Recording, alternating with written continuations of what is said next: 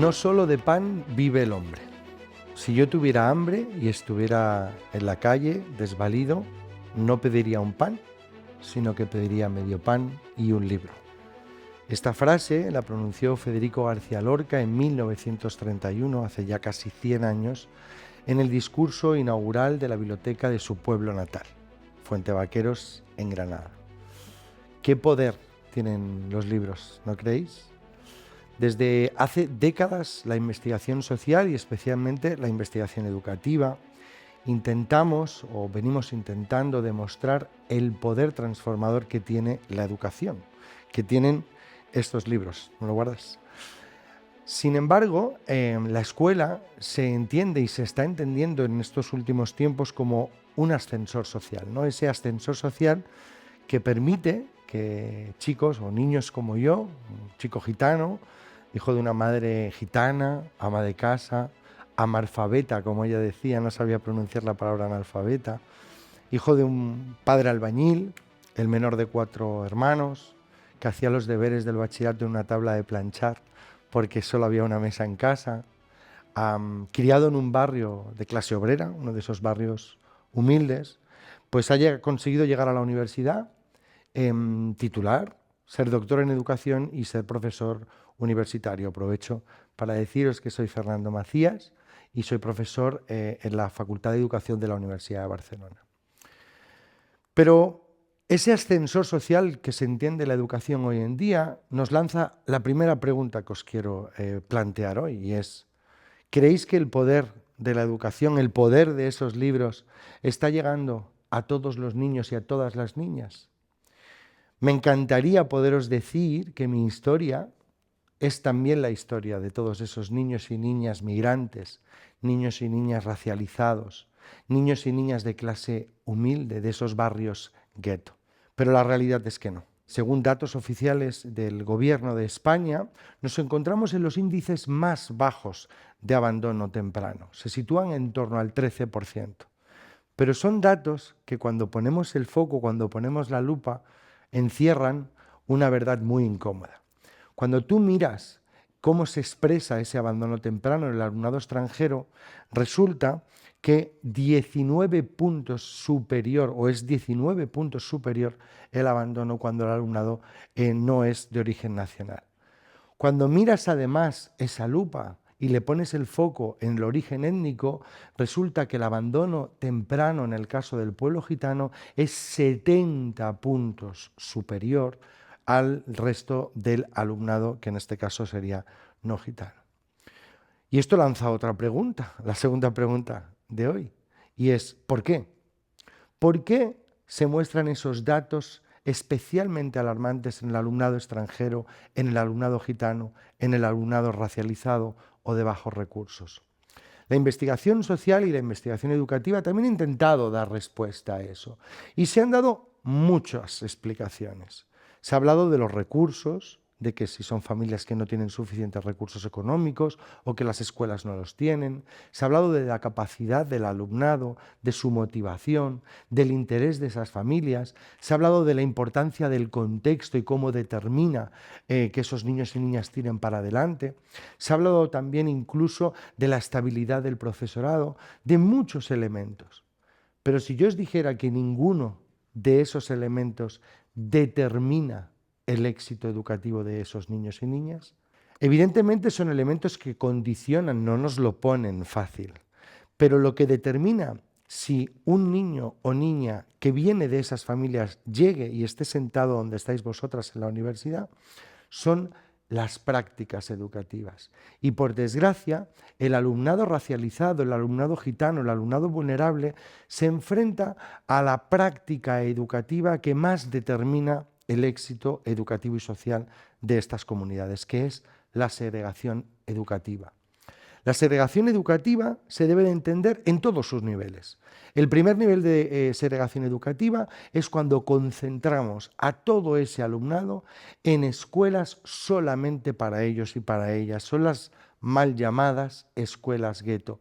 Y el problema de esas escuelas no es que todos sean gitanos o gitanas o todos sean migrantes, sino que en esas escuelas no se enseña el mismo currículum que en el resto de escuelas del territorio. Por lo tanto, estamos condenando a esos niños y niñas a que no aprendan lo que necesitan aprender para poder llegar a la universidad. Esta sería la segregación de primer nivel. La segregación de segundo nivel es cuando hemos querido disolver esas escuelas y hemos intentado repartir a ese alumnado por otros centros educativos. Pero si os paráis un momento a pensar, ¿dónde lo hemos colocado? Hemos creado aulas para ellos y para ellas en escuelas ordinarias. Hemos movido el gueto de sitio. Hemos convertido escuelas para todos y todas, pero con aulas donde solo va un tipo de alumnado muy concreto. Son las llamadas aulas de bajo nivel. No sé si alguno o alguna os suena, ¿no? Pero tradicionalmente el tipo de alumnado que está en esas aulas tiene un color de piel, tiene unos nombres, tiene unos determinados apellidos. No van todos y todas o no van todos y todas con la misma probabilidad. Esto sería la segregación de segundo nivel.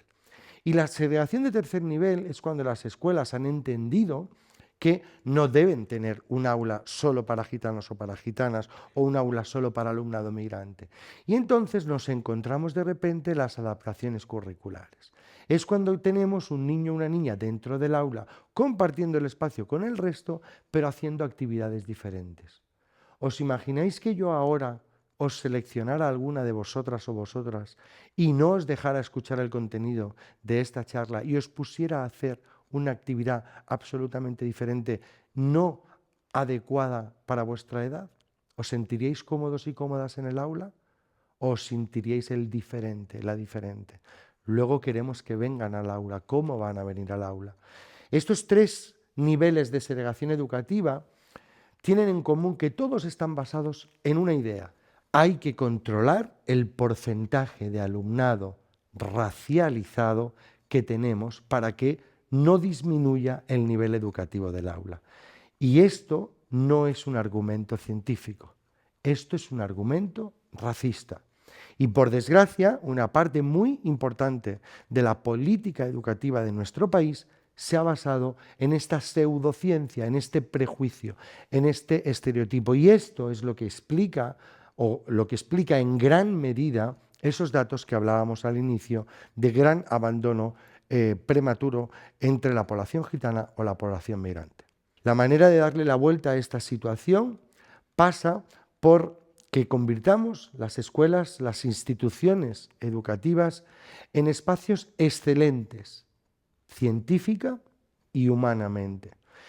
Pasa porque las escuelas reorganicen sus recursos de manera inclusiva, es decir, utilicen los recursos que ya tienen para que todo el alumnado se pueda beneficiar de ellos y que pidan más recursos a la administración con esta mirada inclusiva, darle más a quien más necesita.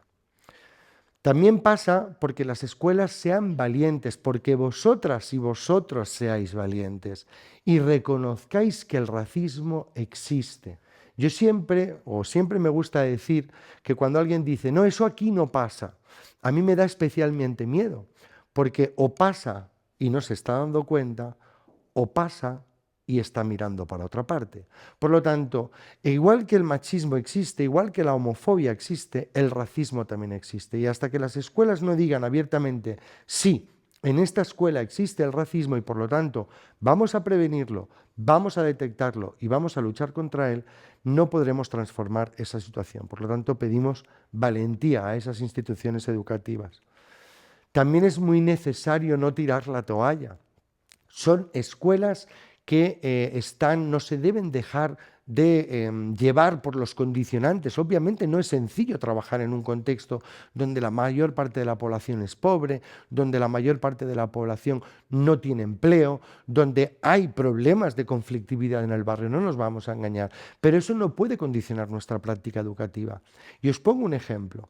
No sé si alguna o alguno habéis tenido la mala suerte de tener algún familiar en la UCI. Yo la tuve, fue mi mamá, en paz descanse. Y ¿sabéis lo que yo le pedí a esos médicos y esas médicas? que no tiraran la toalla. Eso es lo que yo pedía. Por lo tanto, ¿por qué hemos normalizado en educación, cuando tenemos casos complicados, que bajemos los brazos? Es ahí donde tienen que estar los mejores y las mejores, porque son los niños y las niñas, son las familias que más necesitan de una educación de calidad y una educación pública. Y por último, cuando hablábamos de esas escuelas excelentes científica y humanamente, estamos hablando de escuelas que combinen a la perfección un enfoque humanístico, humanidad, enseñar esos valores que van a hacer que esos niños y niñas se puedan enfrentar al día de mañana, pero que no reduzcan la calidad. No podemos convertir las escuelas en esos barrios, en escuelas donde se enseña simplemente el currículum de la felicidad y los niños y las niñas vengan a pasar el rato.